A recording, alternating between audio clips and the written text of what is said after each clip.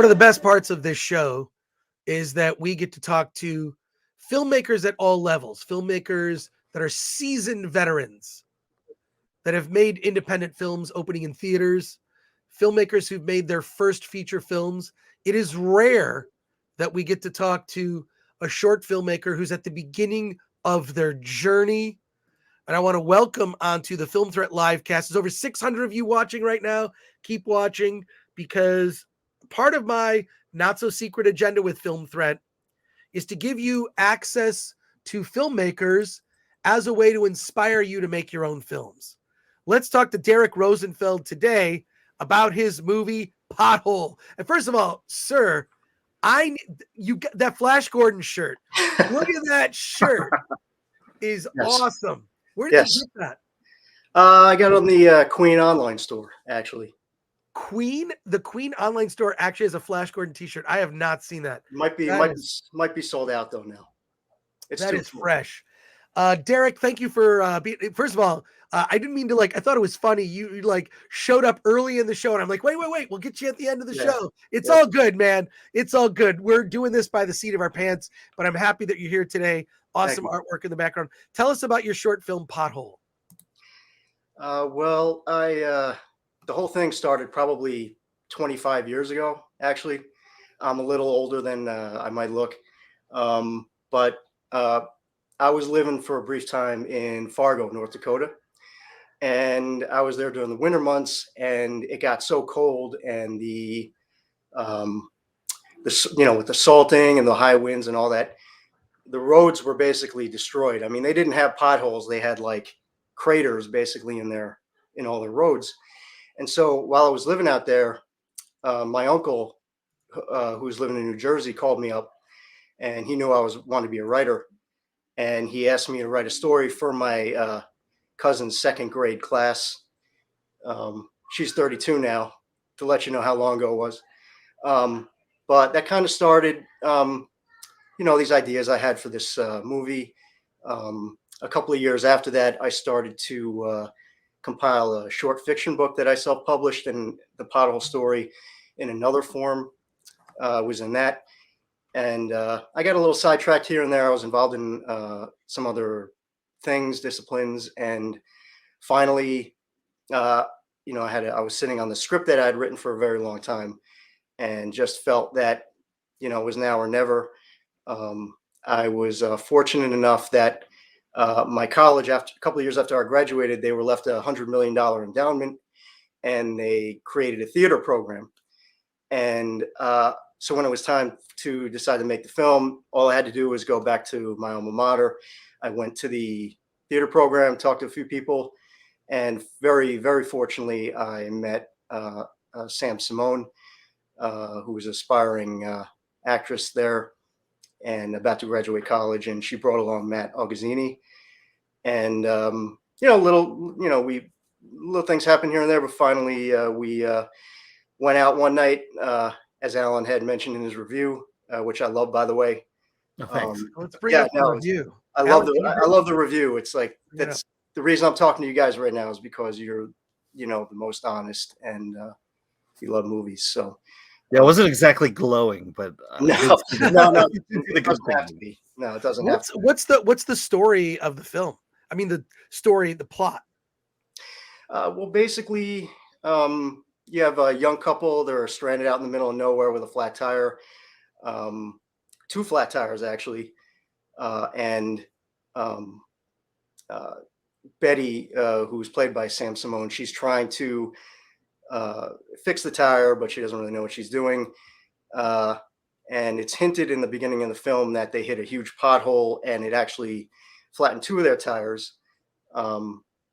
So in the middle of a smoke break, they are approached by, that which, put them in that predicament.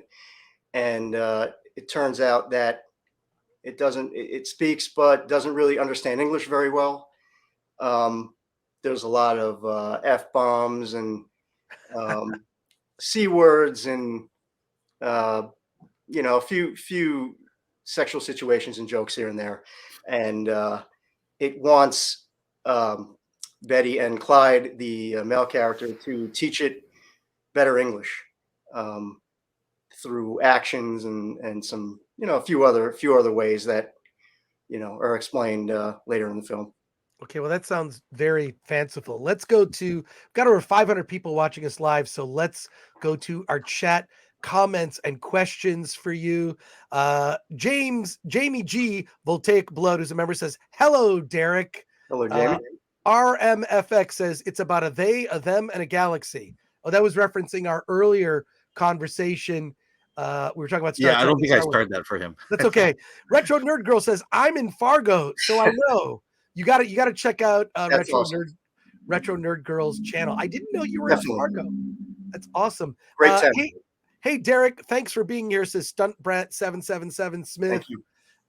Jerry Time says, Derek, question for you. Derek, Trek or Wars, which is in worse condition? Star Wars by far. Well, yeah, by far. Not even close. Yeah. And then Tony Bowers asks, who's a member, did he say the pothole talks? Yeah, watch the movie. My my close friend, Dave Rogers, who I felt was gifted with a great voice, kind of the gift of gab. He was an easy choice for me to ask him, and all it cost me to get him to do it was some pot, some Brazilian barbecue, and about $40. All right. Well, let me ask you this. I kind of mentioned the review, but where are you in your filmmaking journey, and then where does kind of Potholes take? Is this your first, or is it I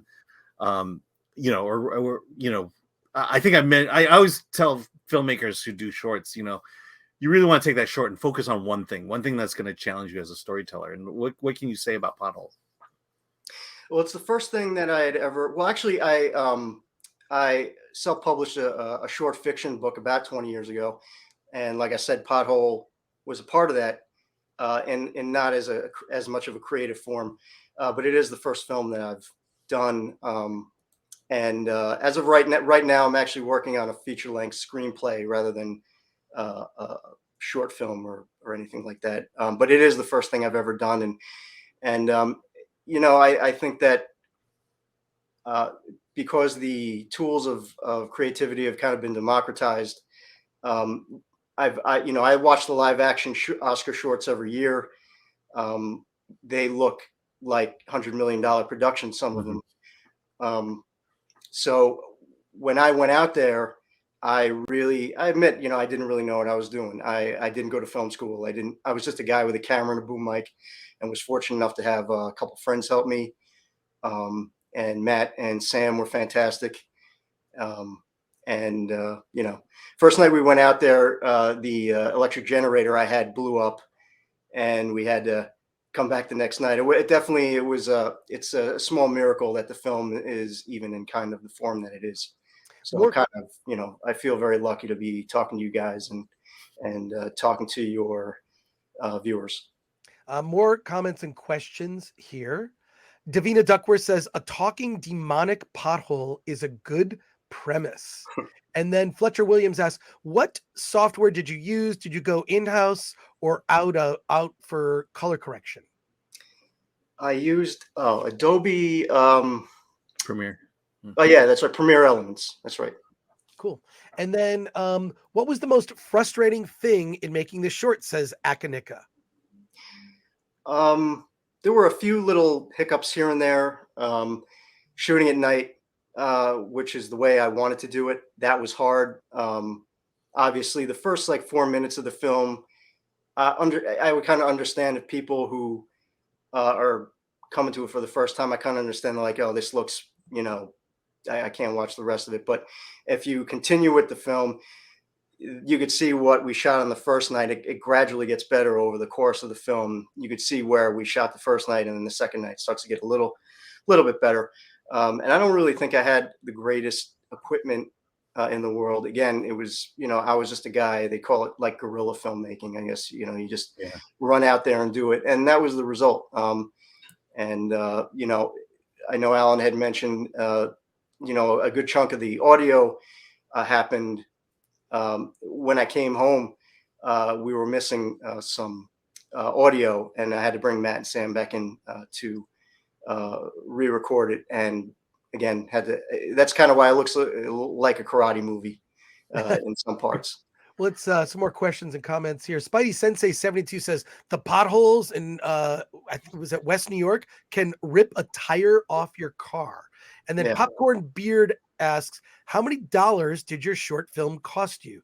Everyone always likes to know, what was your budget, if you don't mind revealing. About $3,500.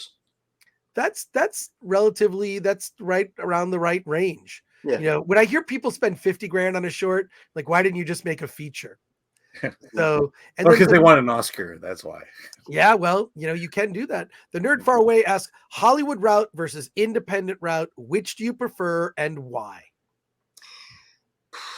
Independent, you have more freedom, so I'll go independent.